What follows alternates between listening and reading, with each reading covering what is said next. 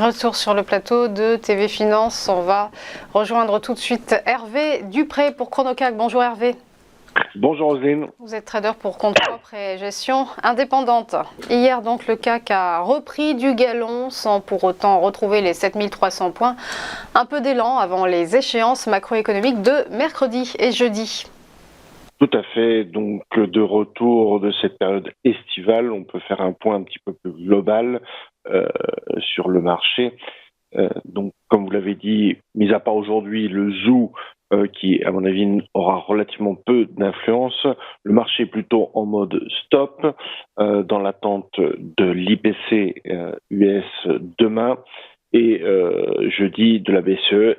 Et on n'oublie pas aussi donc l'échéance des 4 sorcières cette semaine, la semaine prochaine, la décision des taux de la Fed. Donc l'IPC est le gros bout de la semaine qui servira de dernière référence macro à la Fed pour décider de sa politique monétaire. D'un point de vue plus global, comme je le disais, si on revient sur l'année 2023, aujourd'hui, le CAC, par rapport à l'ouverture annuelle, est en progression de 11,66%.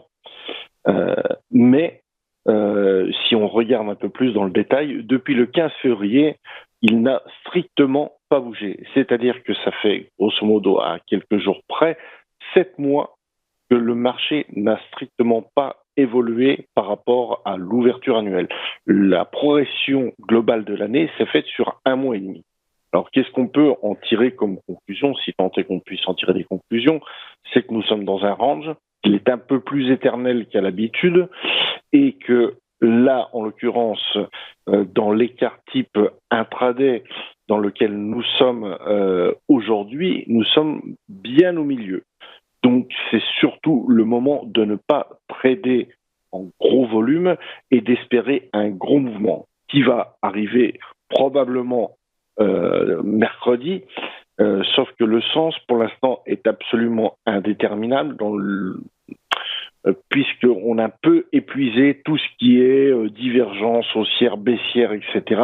Donc le marché est complètement vide et complètement amorphe en attente d'une direction à venir que nous pouvons espérer. Alors qu'est-ce que ça peut donner en termes d'intraday, amplitude?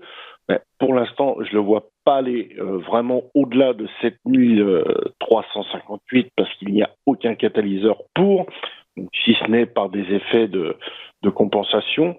Et puis, en target baissière, on aura évidemment les 7240,77 qui représentent le gap de vendredi.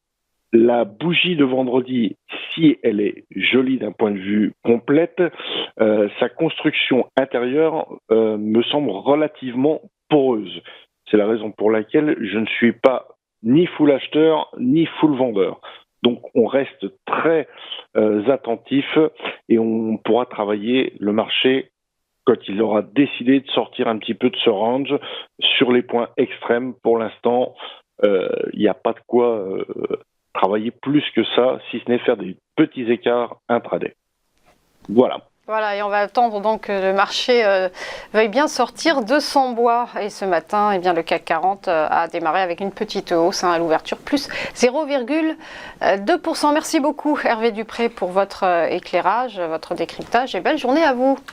On va marquer une nouvelle pause et on va se retrouver juste après pour les Market Movers de Mathieu Driol. À tout de suite.